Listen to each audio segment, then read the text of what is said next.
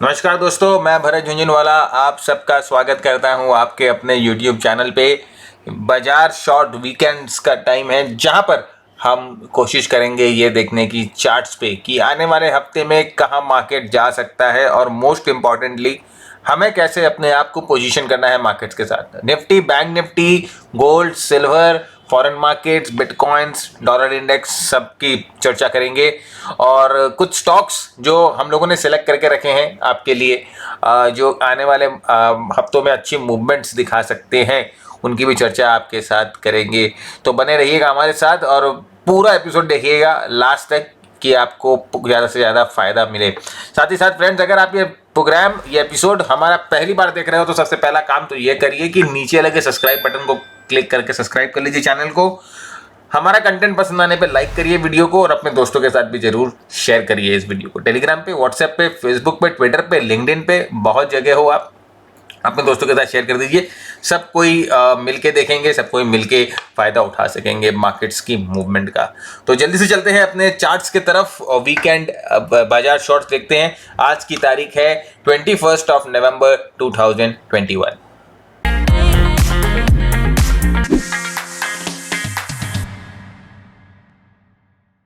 हमने weekly charts Nifty का खोल रखा है और आप ये चीज देख सक रहे हो और बहुत एविडेंट है चार्ट पे कि पहला जो कि काफी दिनों के बाद अगर हम बोले तो हमें एक लोअर हाई जो मिल गया है, जो कि हाईज जो है लोअर हाईज बना रही है। तो ये बहुत दिनों के बाद हुआ है। आप अगर देखोगे वीकली चार्ट्स पर जनरली हमें लोअर हाई इतनी आसानी से नहीं मिल रहा था। ये काफ़ी दिनों के बाद मेरे ख्याल से ऑलमोस्ट एक इनिशियलाइजेशन हुआ था जब इस ट्रेंड का जो बॉटम हुआ था, उसके बाद ये पहली बार ऐसा हुआ है कि हमें एक lower high type of formation मिल रहा है। अभी तक हालांकि मैं ये बोलूंगा कि जब तक एक दो कैंडल नीचे बंद नहीं होते तो लोअर हाई नहीं बनता है। अभी तक हम ये बोल सकते हैं कि लोअर, अब ये लोअर हाई को ब्रेक करने के लिए सबसे ज़्यादा ज़रूरी क्या है कि ये जो प्रीवियस हाइज बने थे इसके ऊपर जाके निफ्टी बंद हो, और जब तक इसके ऊपर जाके निफ्टी बंद नहीं होती है ये हो सकता है कि लोअर हाइज और लोअर लोज का सिलसिला जारी करे। लेकिन अभी तक लोअर लोज नहीं बने हैं तो एक तरह से हम इस चीज को भी लेके धैर्य थोड़ा सा रख सकते हैं कि लोअर लोज अभी नहीं बने हैं। अभी भी जो एक इंपॉर्टेंट सपोर्ट है 17,400 का एक इंपॉर्टेंट सपोर्ट लेवल है जो निफ्टी होल्ड करके रखी है। और एक और चीज अगर आप देखोगे ये अपने मूविंग एवरेजेस पे अभी टिकी हुई है। मूविंग एवरेजेस पे निफ्टी ने अपने आप को होल्ड कर रखा है। फ्रेंड्स, यहाँ से ये जो मूविंग एवरेज टूटती है, ये जो short term moving average, medium term moving average, जो भी बोलो, अगर ये टूट जाती है तो नेक्स्ट सपोर्ट हमें यहाँ पर इस कंसोलिडेशन के आसपास दिखाई देता है जो कि 16,000 का लेवल्स हैं। तो आप ये सुनकर काफ़ी अचंभित होंगे कि अभी 17,700 का लेवल है और मैं 16,000 की बात कर रहा हूँ, यहाँ से 1,500-1,600 पॉइंट की फॉल की बात कर रहा हूँ। देखिए, जो चार्ट पे दिखता है मैं वही आपके साथ डिस्कस कर रहा हूँ। मैंने अपने मन से कोई लेवल्स नहीं बरामद किए हैं, कहीं से नहीं किए। बस मुझे ये लग रहा है कि नेक्स्ट जो इंपॉर्टेंट सपोर्ट लेवल है यही है। जरूरी नहीं है कि देखिए 16,000 तक आए इसके बाद घूमे, ऐसा कुछ जरूरी नहीं है, लेकिन जो एविडेंट चार्ट पे दिखता है हम आपके साथ वही डिस्कस करते हैं। ब्रेकआउट लेवल्स था, एक अच्छी कंसोलिडेशन यहाँ पर देखिए 2-3 महीने कंसोलिडेट हुई थी निफ्टी, उसके बाद ब्रेकआउट दी थी, तो एक इंपॉर्टेंट लेवल यहाँ पर ये क्रिएट होता है। तो अगर करेक्शन आती है और कोई यहाँ से और भी कुछ गिरावट हम लोगों को मिलती है, कोई तेज और मतलब कि फियर्स सेलिंग आती है, तो मेरे ख्याल से we are ready to go till 16,200 or 16,000 approximately. Now let us come to the indicator part. ना इंडिकेटर पार्ट, अगर हम इंडिकेटर को देखें यहाँ पर तो देखिए RSI 60 के ऊपर है। RSI में कहीं पर बेरिशनेस नहीं दिखाई दे रही है, इसका स्लोप जरूर नीचे की तरफ हो गया है। तो हम ये कह सकते हैं अभी फिलहाल तो कि हो सकता है कि अपने आप को RSI रिलैक्स कर रही है। ओके, लेकिन 17,400 का लेवल अपने जहन में, अपने ध्यान में रखिएगा कि अगर ये 17,400 का लेवल टूट जाता है देन हमें एक अच्छी करेक्शन मिल सकती है और हो सकता है कि यहाँ से इंडिकेटर्स तो बाद में नीचे आ ही जाएंगे। तो निफ्टी की वीकली एनालिसिस यही है कि हमें 17,400 का ध्यान रखना है, नीचे की तरफ 16,000 का टारगेट है, ऊपर की तरफ 18,200 का लेवल्स जब तक नहीं टूटता है फ्रेंड्स, 18,200 के ऊपर हमें एक स्ट्रॉन्ग क्लोज चाहिए। जब तक 18,200 के ऊपर एक स्ट्रॉन्ग क्लोज नहीं मिलता है, जब तक हम यही कह सकते हैं कि निफ्टी रेंज बाउंड रहेगी, टाइम करेक्शन देगी। 17,400 के नीचे हमें प्राइस करेक्शन भी निफ्टी में मिल सकता है। अभी फिलहाल हम यही बात करते हैं। तो हमें इस इंफॉर्मेशन को हमें कैसे यूज करना है, कोई भी पोजीशन अगर हम मार्केट में बना रहे हैं, कोई भी स्टॉक्स में हम अगर पोजीशन बना रहे हैं मार्केट में, तो ज़्यादा एग्रेसिव नहीं होना है, डिफेंसिव रहना है। क्योंकि ब्रॉडर मार्केट, ओवरऑल मार्केट अगर आप देखोगे, TNX 500 को देखोगे, मिड कैप को भी देखोगे, तो ये सब साइडवेज है, एक रेंज में कैद है। तो बहुत अच्छा सेटअप आपको मिले, बहुत स्ट्रॉन्ग सेटअप अगर आपको चार्ट पे मिले, तो उस सेटअप पे ही आपको काम करना है और ज़्यादा एग्रेसिव नहीं होना है। थोड़ा बैकफुट पे खेलिए, जब ट्रेंड वापस चलेगा उस समय वापस फ्रंट फुट पे जाके खेलेंगे, ये चीज़ का ध्यान रखिएगा। दूसरा, डेरिवेटिव्स को बहुत संभल के इस्तेमाल करना है, लेवरेज को बहुत संभल के इस्तेमाल करना है। देखिए जनरली क्या होता है ना कि जब मार्केट ट्रांजिशन फेज पे होता है, जब बुल से बेयर में बदलता है या बेयर से बुल में बदलता है, जब ट्रांजिस्टरी फेज में मार्केट होता है, उसी समय सबसे ज़्यादा नुकसान हो जाता है ट्रेडर्स लोग को, क्योंकि वो बहुत वॉलेटाइल होता है, वो बहुत अनसर्टेन होता है, वो बहुत जिसे हम कहते हैं ना वुका, VUCA, वुका बोला जाता है।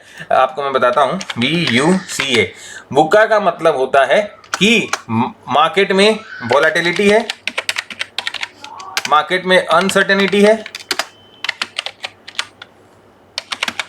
मार्केट में कंफ्यूजन है और मार्केट में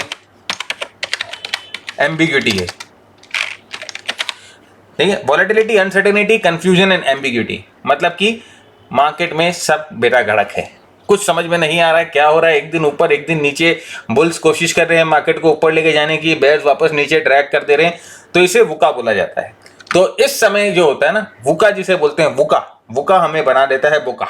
ठीक है, बंगाली में बोका, बोका शब्द का मतलब होता है बेवकूफ़ बनाना, बोका शब्द का मतलब होता है ट्रैप करना, तो वुका इज इक्वल टू बोका। तो हमें इस वुका जो कंडीशन होती है, जो ट्रांजिशन में होती है, जब मार्केट का ट्रेंड ट्रांजिट होता है, उस समय जनरली वुका कंडीशंस होती हैं, उस समय हमें बहुत संभल के अपने कदमों को रखना पड़ता है मार्केट्स में। तो वीकली एनालिसिस यही कर रहे हैं कि रेंज हम लोगों ने देख ली 18,200 17,400, इस दोनों रेंज का टूटना जरूरी है कोई भी डिसिसिव मूव के लिए, और टूटने के बाद जिस तरफ मार्केट चलेगा उस तरफ हम मार्केट में साथ साथ चलेंगे। डेली चार्ट पे अगर हम आते हैं तो डेली चार्ट पे आपको देखने को मिलेगा कि फ्राइडे तो बंद था सर, सैटरडे को, थर्सडे को एक अच्छी मूवमेंट, थोड़ा सा ड्रैग डाउन हुआ मार्केट और उसके बाद पुल बैक करने की कोशिश मार्केट ने की और वापस क्लोज थोड़ा सा नीचे जाके हुआ, लेकिन थोड़ा सा डिमांड जो है हमें दिखा मार्केट में आता हुआ, थोड़ी सी बाइंग जो है मार्केट में आती हुई हमें दिखाई दी। तो एक तरह से बुल्स के लिए ये हो सकता है थोड़ा सा ऑप्टिमिस्टिक भी हो कि हाँ मार्केट में कहीं ना कहीं से कोई डिमांड आ रही है, मार्केट में कहीं ना कहीं से किसी तरह का बाइंग आ रहा है, कहीं ना कहीं से कोई बाइंग तो शुरू हुई। 4 दिन की जो सेलिंग स्प्री थी वो एक तरह से मार्केट ने रोककर एक बाइंग टाइप ऑफ मूवमेंट हम लोगों को दिया, एक सपोर्ट लेवल पे दिया। दूसरी चीज अगर हम देखेंगे तो थोड़ा सा अबव एवरेज वॉल्यूम्स पे भी था, इसका मतलब कि कुछ ना कुछ इस कैंडल पे हुआ है। अब क्या हम कैसे विश्वास करेंगे कुछ ना कुछ हुआ है, क्या ये ग्रीन सिग्नल है हमारी एंट्री के लिए? बिल्कुल नहीं। जैसे मैंने आपको कहा कि 18,200 का लेवल जो है वो एक लक्ष्मण रेखा लेवल है। पहले इसके पहले वाली एपिसोड में भी मैंने आपके साथ डिस्कस किया था, 18,200 level is the line of maximum resistance अगर उससे बोले, तो वो लाइन टूटने के बाद ही हमें ऊपर की तरफ कुछ अगर करना है तो ऊपर की तरफ कुछ करना है, उसके पहले हम कुछ नहीं करेंगे, कंफर्मेशन के बिना हमें कुछ नहीं करना है। क्योंकि अगर आप देखो तो यहाँ पर आपको एक आराम से एक हेड एंड शोल्डर पैटर्न बनता हुआ दिखाई दे रहा है। सबको मार्केट में जितने लोग हैं, जितने भी ट्रेडर्स हैं, सबको किसी ने भी ये head and shoulder pattern miss out नहीं किया होगा मेरे ख्याल से अभी। तो ये मार्केट में हेड एंड शोल्डर पैटर्न बनाया दिखाई दे रहा है, एक डिस्ट्रीब्यूशन पैटर्न है जहाँ पर स्मार्ट मनी जो ट्रैप करती है, जो स्मार्ट मनी डल मनी को पैसा ट्रांसफ़र करती है, पोजीशन ट्रांसफ़र करती है, जो लेमैन होते हैं जिनको मार्केट के बारे में पता नहीं होता है, जो टिप्स पे काम करते हैं, वो जनरली यहाँ पर इस जगह पर फंस जाते हैं अगर यहाँ पर ब्रेकडाउन नीचे की तरफ होता है तो बहुत इंपॉर्टेंट है। एक प्राइस एक्शन ने इंपॉर्टेंट क्लू हमें दिया कि यहाँ पर कुछ ना कुछ हुआ जरूर है। 18,200 के ऊपर हम डिसीजन लेंगे हमें क्या करना है। मूविंग एवरेजेस, जैसे मैंने आपको कहा इंपॉर्टेंट मूविंग एवरेजेस हैं, उनको होल्ड करके रखी है निफ्टी, उनके इर्द गिर्द चल रही है। तो जब तक इससे थोड़ा दूर नहीं जाए, 1-2 क्लोज हमें मूविंग एवरेजेस के नीचे नहीं मिले, तब तक हम भी ऑल टुगेदर पूरी तरह से बेयर अभी नहीं हो सकते। ऑफकोर्स मैं शॉर्ट के अभी पूरी तरह से खिलाफ हूँ। जब तक मार्केट मुझे नहीं बोले, मार्केट को मुझे चला के बोलना पड़ेगा कि भाई अब मैं कमजोर हो गया हूं, सो मुझे शॉर्ट करो। लेकिन मार्केट अभी मुझे कुछ नहीं बोल रहा, मार्केट चुप्पी धरे हुए बैठा है, चुपचाप बैठा हुआ है, शांत बैठा हुआ है, फंसाने की कोशिश कर रहा है, मजे ले रहा है। तो मुझे मार्केट से कंफर्मेशन चाहिए। ये हुई निफ्टी के बारे में। अब हम आते हैं बैंक निफ्टी के वीकली चार्ट पे। बैंक निफ्टी का वीकली चार्ट बहुत ही रोमांचक वीकली चार्ट है। अगर आप देखेंगे यहाँ पर एक इंपॉर्टेंट सपोर्ट पे बैंक निफ्टी है। देखिए previous breakout levels and then retest, right. तो बैंक निफ्टी एक इंपॉर्टेंट रीटेस्ट कर रही है अपने लेवल्स को। और यहाँ पर मैं एक ट्रेंड लाइन अगर बना दूं तो अपने को समझ में आएगा कि एक चैनलिंग टाइप ऑफ फॉर्मेशन हो रही है, बैंक निफ्टी रीटेस्ट कर रही है। और लास्ट में अगर आप देखोगे, लास्ट वीक में जो लास्ट 2-3 वीक में जो गिरावट आई वो थोड़ी लो वॉल्यूम्स में थी, मतलब कि सेलिंग इंटरेस्ट भी थोड़ी कम दिखाई दे रही है। और उसके साथ साथ यहाँ पर एक इंपॉर्टेंट मूविंग एवरेज के आसपास भी है जो कि एक सपोर्ट की तरह काम कर रहा है। वीकली चार्ट्स पे हमें यही लग रहा है कि Bank Nifty is at an important levels, एक काफ़ी इंपॉर्टेंट लेवल पे है। हमें चाहिए कंफर्मेशन जो चाहिए लास्ट क्लोज के ऊपर बंद होना, यही एक कंफर्मेशन होता है जो हम कह सकते हैं कि हमें बुलिश बनाएगा बैंक निफ्टी में। अदरवाइज अगर ये लेवल्स एक इंपॉर्टेंट सपोर्ट लेवल की अगर मैं आपके साथ बात करूं तो एक इंपॉर्टेंट सपोर्ट लेवल 37,300 का होता है। तो 37,300 के नीचे अगर बैंक निफ्टी चली जाती है तो बैंक निफ्टी में भी हमें कुछ सेलिंग देखने को मिल सकती है। लेकिन जब तक 37,300 को होल्ड करके रखी है तब तक मेरे ख्याल से everything is good and fine. और ऊपर की तरफ अगर हम कोई लेवल्स देखें तो 39,200 is the level that we have to look for.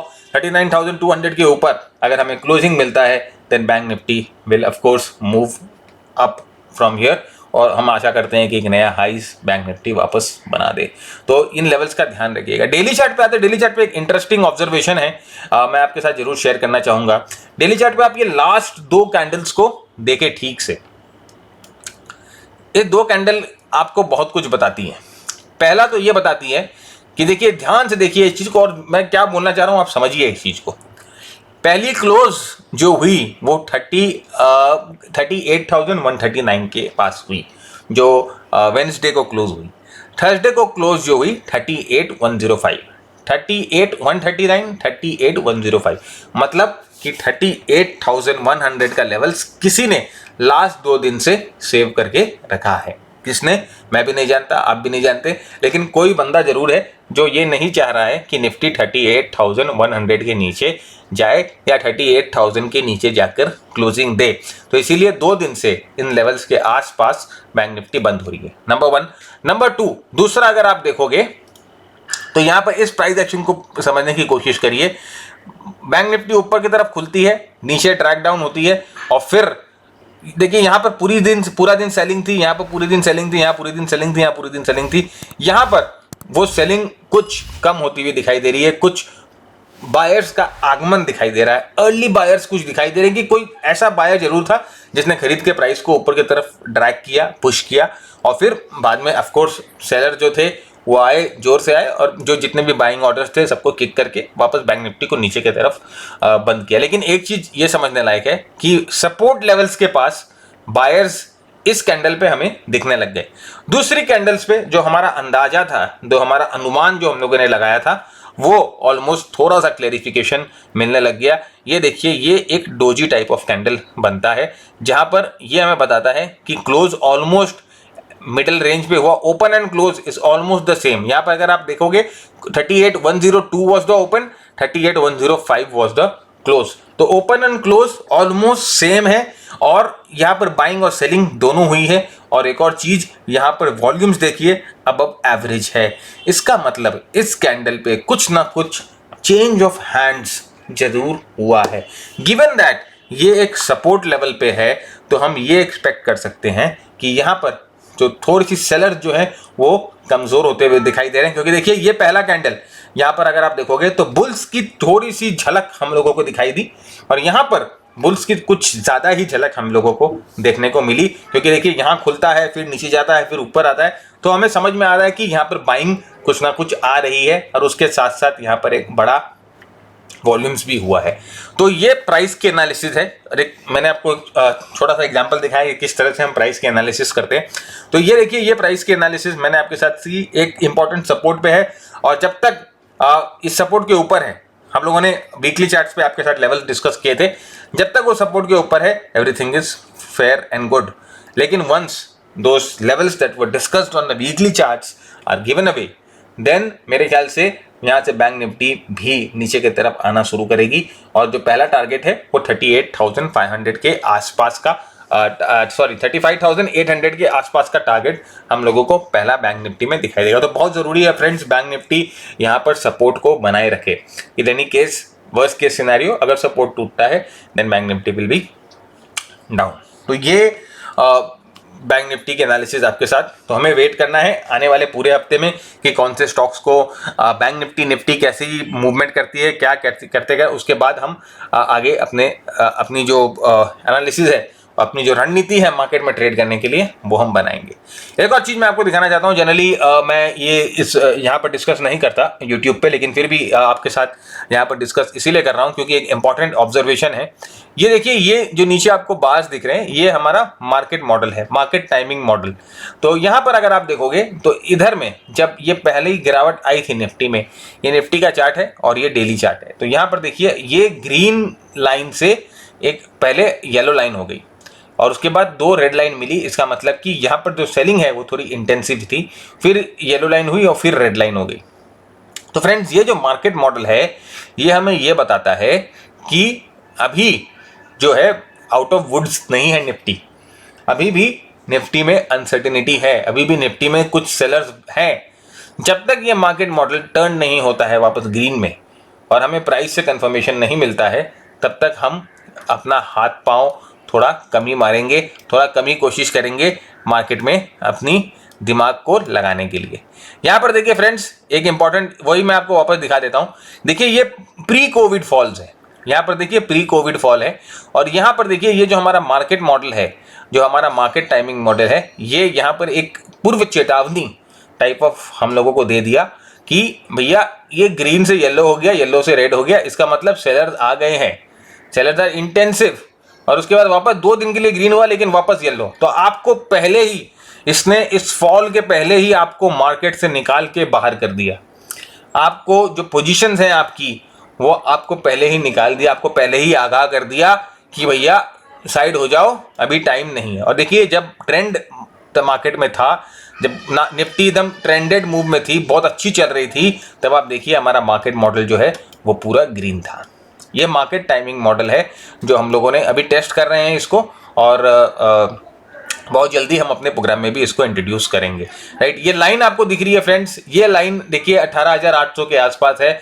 Basically इस मार्केट टाइमिंग मॉडल को नेगेट करने के लिए हमें इस तरह की मूवमेंट चाहिए, लेकिन इसमें जैसे मैंने आपको कहा कि अभी टेस्टिंग वगैरह चल रही है, तो हम इसको जब पूरा करेंगे उसके बाद आपके साथ इसको आपके साथ मतलब पब्लिकली नहीं, लेकिन हाँ अपने ग्रुप में जरूर शेयर करेंगे अपनी मेंटीज के साथ। ओके, सो ये हमारा निफ्टी बैंक निफ्टी का एनालिसिस। अब हम चलते हैं गोल्ड पे, गोल्ड की एनालिसिस भी करते हैं और गोल्ड पे हम आपको दिखाना चाहते हैं कि देखिए गोल्ड की जो मूवमेंट है वो काफ़ी स्ट्रांग लग रही है।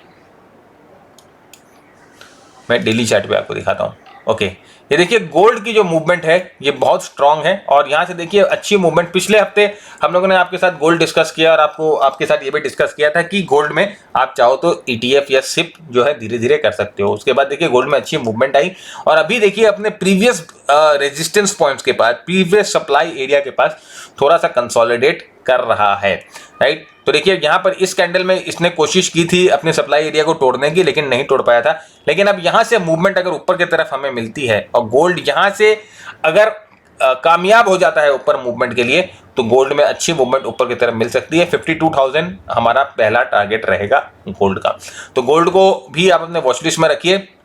ब्रेकआउट के बाद अगर रीटेस्ट करता है और अच्छा मूवमेंट मिलता है तो आप गोल्ड को भी देख सकते हैं as a trading for trading. Silver में फ्रेंड्स क्या बात है, देखिए इन्वर्स हेड एंड शोल्डर बना, सबके साथ शेयर किया, यूट्यूब पे शेयर किया, सब जगह शेयर किया।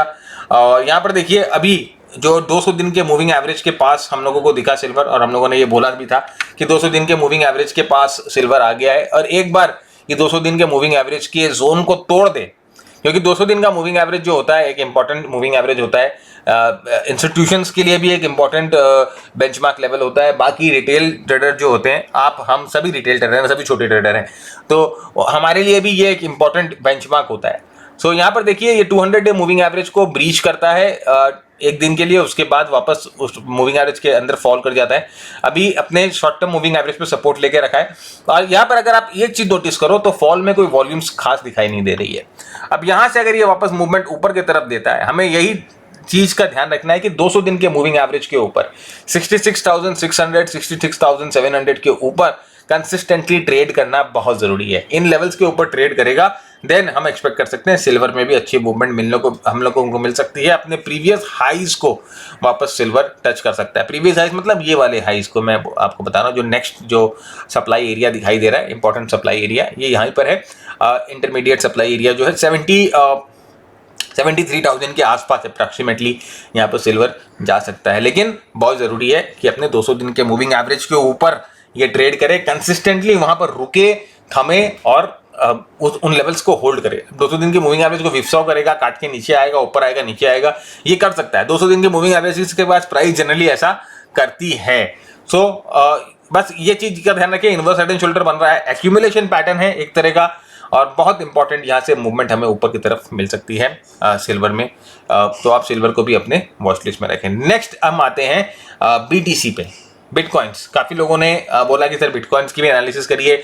आपने ट्वीट किया कि बिटकॉइन हो सकता है कि यहाँ पर एक शेकआउट दे रहा हो, कैसे आप ये बोल रहे हैं? तो आइए मैं आपके साथ वो भी शेयर करता हूँ कि किस तरह से मुझे लग रहा है कि बिटकॉइन एक शेकआउट दे सकता है। शेकआउट मतलब कि बेयर्स को शेकआउट दे सकता है। सबसे पहले तो ये एक इंपॉर्टेंट सप्लाई एरिया था जिसको बिटकॉइन ने तोड़ा। एक बार टेस्ट हुआ, वापस ऊपर गया, दूसरी बार टेस्ट हुआ, और अभी देखिए अपने मिड टर्म और शॉर्ट टर्म मूविंग एवरेज के पास है।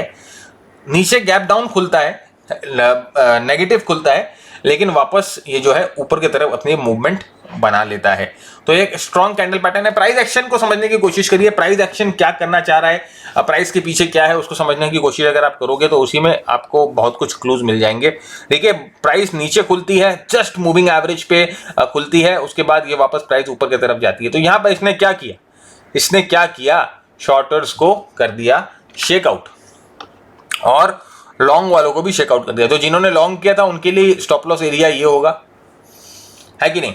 अगर आपने लॉन्ग किया होगा बिटकॉइन को, या किसी ने भी लॉन्ग किया होगा बिटकॉइन को, अगर इस हैमर पैटर्न पे भी लॉन्ग किया होगा, तो हमारे लिए जो स्टॉप लॉस एरिया क्या होगा? ये स्विंग लो होगा, या इसके 1-2 पॉइंट नीचे, या 100 पॉइंट नीचे, 100 पॉइंट ऊपर, ऐसे ही हम स्टॉप लॉस रखते हैं अपना। तो ये स्टॉप लॉस एरिया का होगा, जगह होगा। अब देखिए क्या किया इसने, पहले तो बायर्स का स्टॉप लॉस उड़ाया कि नहीं? बायर्स का पहले इसने स्टॉप लॉस उड़ाया। अब सेलर्स हो गए खुश कि भैया बायर्स का स्टॉप लॉस उड़ गया, तो यहाँ पर आ गई सेलिंग। तो जो बायर्स थे सबसे पहले उन्होंने अपनी पोजीशन काटी, जो फिर सेलर्स थे उन्होंने अपनी पोजीशन बनाई। अब इस मूविंग एवरेज पे आकर इसने क्या किया, देखिए यहां से गिरना शुरू किया, लोज बनाया 55,580 या उसके नीचे कहीं पर भी लोज बनाया। अब उसके बाद देखिए क्या हुआ, अचानक में आ गई डिमांड और ये पहुंच गया वापस ऊपर।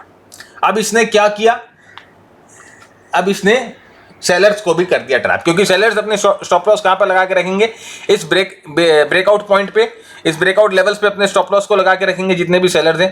तो अब इसने क्या किया, कर दिया सेलर्स को भी ट्रैप, बायर्स को ट्रैप किया, सेलर्स को ट्रैप किया, दोनों को कर दिया ट्रैप। इसका मतलब मैंने इसीलिए ट्वीट किया था कि बिटकॉइन में भी ट्रैपिंग हियर, राइट? तो अगर यहाँ पर ट्रैप किया, अब अगर ये ऊपर की तरफ जाएगा तो ये एक अच्छा मूवमेंट हम लोगों को दिखा सकता है। तो हम लोग इसी की आशा करते हैं कि अगर ये ऊपर की तरफ जाए तो ही एक अच्छा मूवमेंट मिलेगा, नहीं तो हो सकता है इसके लोस को तोड़ के नीचे इधर इस 48,000 के आसपास आ जाए, नहीं तो इन प्रीवियस सपोर्ट्स के बाद 53,000 के आसपास भी आ सकता है। लेकिन मोस्ट प्रोबेबली जो प्राइस एक्शन को देख कर समझ में आ रहा है कि अगर कोई भी प्राइस एक्शन ट्रैप कर लेती है, जो शेकआउट कर देती है, ट्रैप कर देती है बायर्स को, सेलर्स को, दोनों को, उसके बाद जो है प्राइस अपने जो मूवमेंट है उसको रिज्यूम कर लेती है। लेकिन ज़रूरी नहीं है, technical analysis, the game of probabilities, हम सिर्फ एनालिसिस कर सकते हैं, अपना स्टॉप लॉस लगा के अपनी पोजीशंस को, अपने कैपिटल्स को बचा सकते हैं। मार्केट का मूड कुछ और होगा तो मार्केट कुछ और करेगी, हो सकता है यहाँ पर नीचे भी आ जाए। तो ये था बिटकॉइंस के बारे में। अब हम बात करते हैं डॉलर इंडेक्स के बारे में। डॉलर इंडेक्स फ्रेंड्स काफ़ी स्ट्रांग है, इसमें मैं कुछ ज़्यादा तर्क वितर्क नहीं करना चाहता। बहुत दिन पहले अगर आप देखोगे, बहुत दिन पहले बहुत एपिसोड्स में मैंने आपके साथ ये डॉलर इंडेक्स डिस्कस किया था। बहुत सारे ट्वीट्स भी डाले हैं कि बैड बॉय है इंडियन मार्केट्स के लिए, इमर्जिंग मार्केट्स के लिए। अगर ये बढ़ना शुरू हुआ तो ग्लोबली हमें जो खासकर ग्लोबल मार्केट्स में तो खैर मंदी आ ही सकती है, लेकिन खासकर इमर्जिंग मार्केट्स में भी काफ़ी मंदी आ सकती है अगर डॉलर इंडेक्स बढ़ना शुरू कर देता है। तो इस चीज़ का ध्यान रखिएगा। डॉलर इंडेक्स अभी तेज है, स्ट्रांग है, मोमेंटम देखिए, आरएसआई देखिए एकदम 70 के पास है। वीकली चार्ट्स पे इतना स्ट्रांग डॉलर इंडेक्स है फ्रेंड्स। अगर ये और ऊपर जाता है, 1-आधा% अगर और बढ़ गया, तो आप ये समझ के रखिए कि इंडियन मार्केट्स में अच्छी तरह से करेक्शन आ सकती है, ढुलाई आ सकती है। और फिर फ्रेंड्स अगर इन लेवल्स को तोड़ देता है, जो इंटरमीडिएट रेजिस्टेंस लेवल है, इन लेवल्स को तोड़ के अगर और ऊपर की तरफ चले जाए, 100 103 के 100 के पार हो गया, तो फिर आप समझिए, ये देखिए, ये था दिसंबर 16 और ये था ये जो कोविड वाला लेवल्स। तो अगर ये सब लेवल से पहुंच गया तो आप समझ लीजिए मार्केट का तो अच्छी तरह से हो सकती है पिटाई। तो क्योंकि इनवर्स रिलेशनशिप है, सीधी सीधी बात है। तो इस चीज़ का ध्यान रखिए, डॉलर इंडेक्स को अपने बैक ऑफ द माइंड रखिए कि ये थोड़ा भैया, इस भाई को थोड़ा शांत रखना है, थोड़ा ठंडा रखना है, क्योंकि ये भाई भड़क जाए तो फिर मार्केट्स भी भड़क जाएगा। तो ये था हमारा आपके साथ मार्केट एनालिसिस वगैरह सब, और हम लोगों ने सब आपके साथ डिस्कस किया। अब हम आपके साथ 3-4 स्टॉक्स डिस्कस करेंगे जो अच्छी तरह से प्लेस्ड है, अच्छी तरह से लग रहे हैं, अच्छा प्लेस लग रहे हैं, अच्छी मूवमेंट दिखा सकते हैं आने वाले हफ्ते में या कुछ हफ्तों में। लेकिन again that depends on the overall broader markets, कि ब्रॉडर मार्केट्स कैसा रहता है उस पर डिपेंड करेगा। तो सबसे पहले हम बात करेंगे फिन केबल्स की। फिनोलेक्स केबल्स। फिनोलेक्स केबल्स देखिए बहुत ही अच्छा प्राइस मूवमेंट है, बहुत ही अच्छी मूवमेंट है। यहाँ पर देखिए, यहाँ पर आपको अच्छी वॉल्यूम दिखी, उसके बाद मूवमेंट अच्छा, थोड़ा कंसोलिडेशन, फिर अच्छा पैटर्न दिखाई दे रहा है, राउंडिंग पैटर्न, अच्छा वॉल्यूम ड्यूरिंग द ब्रेकआउट। अब यहाँ से मूवमेंट अगर मिलती है ऊपर की तरफ, तो पहला टारगेट, इसका जो टारगेट है 758 का ही है। Entry, exit, stop loss, target 1, target 2, ये जितने भी टारगेट्स हैं हम आपको अपने वेबसाइट के ब्लॉग में जाके दे देंगे। तो आप वेबसाइट के हमारे ब्लॉग पे जाओगे तो आज का वीडियो आपको अपडेट मिलेगा, आप वहाँ पर क्लिक करोगे तो आपको सारे टारगेट, स्टॉप लॉस सब मिल जाएंगे। डिस्क्रिप्शन बॉक्स में नीचे लिंक डाल दिया हम लोगों ने अपने वेबसाइट की ब्लॉग की, तो आप क्लिक करोगे तो आप सीधे जाके उसी ब्लॉग को खोलोगे, ये चार्ट्स के साथ आपको सारे टारगेट्स वहां पर मिल जाएंगे। तो यहाँ पर आप टारगेट्स की चिंता मत करिए, यहाँ पर ये समझने की कोशिश करिए कि मैं आपको क्या बताना चाह रहा हूँ, मैं क्या देख रहा हूँ और मैं आपको क्यों बता रहा हूँ, किस वजह से मुझे इसमें तेजी या मंदी लग रही है। तो सबसे पहला फिन केबल्स को अपनी वॉच लिस्ट में आप रखिए। दूसरा स्टॉक जो आपके साथ डिस्कस करने जा रहे हैं वो है फाइन ऑर्गेनिक्स। फाइन ऑर्गेनिक्स भी फ्रेंड्स बहुत अच्छा मूवमेंट फाइन ऑर्गेनिक्स में भी बनता हुआ दिखाई दे रहा है। वीकली चार्ट अगर आप देखोगे तो एक अच्छी वॉल्यूम्स के साथ मूवमेंट आई है, और यहाँ पर भी देखिए अच्छा राउंडिंग फॉर्मेशन, और यहाँ पर भी देखिए राउंडिंग फॉर्मेशन के बाद थोड़ा सा कंसोलिडेट कर रहा है ये, और यहाँ से ब्रेकआउट का एक अटेम्प्ट हुआ लेकिन सेलिंग आ गई। लेकिन अगर यहाँ पर ये कंसिस्टेंटली अपने आप को मेंटेन कर लेता है इन लेवल्स के ऊपर, तो मेरे ख्याल से फाइन ऑर्गेनिक्स में अच्छी मूवमेंट हम लोगों को मिल सकती है। डेली चार्ट पे अगर आप आके देखोगे तो डेली चार्ट पे देखिए ये जो बहुत ज़बरदस्त एक ब्रेकआउट टाइप का कैंडल, फिर देखिए जो पुल बैक जो आ रहा है, ये जो पुल बैक आ रहा है उसमें अगर आप वॉल्यूम्स देखोगे तो उसमें वॉल्यूम्स बिल्कुल भी नहीं दिखाई दे रही है। ये बहुत अच्छा कैंडल है, बहुत अच्छी चार्ट सेटअप है। और मैं आपको एक बात बता देता हूँ, ये जो चार्ट है ये हम लोगों के MTP मास्टर ट्रेडर ग्रुप में से हमारी एक मेंटी ने ये सिलेक्ट करके दिया है। ये ट्रेड उन्होंने सिलेक्ट किया है, मिस्टर प्रशांत उनका नाम है, उन्होंने ये ट्रेड सिलेक्ट किया और हमारे साथ शेयर किया, तो हम आपके साथ इसे शेयर कर रहे हैं। ये हुआ फाइन ऑर्गेनिक्स।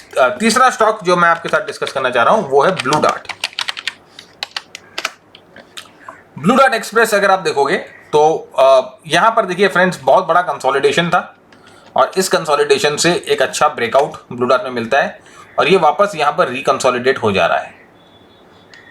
ये वापस यहाँ पर रिकंसोलिडेट हुआ है और यहाँ से वापस एक ब्रेकआउट मिल रहा है। तो अगर आप एक चीज़ देखो और ठीक से समझो तो देखिए यहाँ पर ये मैं सिर्फ इस ब्रेकआउट को कंसिडर कर रहा हूँ, और यहाँ पर देखिए ब्रेकआउट होकर ये रीटेस्ट हो रहा है।